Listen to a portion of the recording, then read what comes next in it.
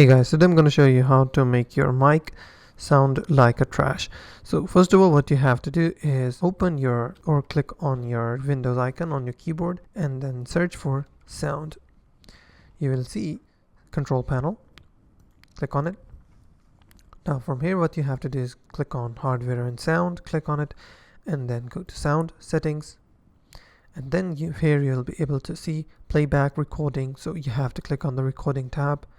Click on it and here you'll be able to see all of your microphones that have been connected to your computer right now. If you want to make any mic that you want to make it sound like a trash, so you have to select that mic and then click on advanced.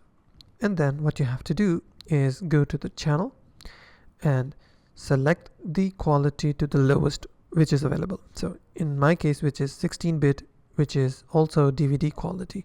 I will select that and then I will click on apply. Also, if you go to levels, you'll be able to say microphone levels. What you have to do in order to make it sound like a trash, make it to 100%.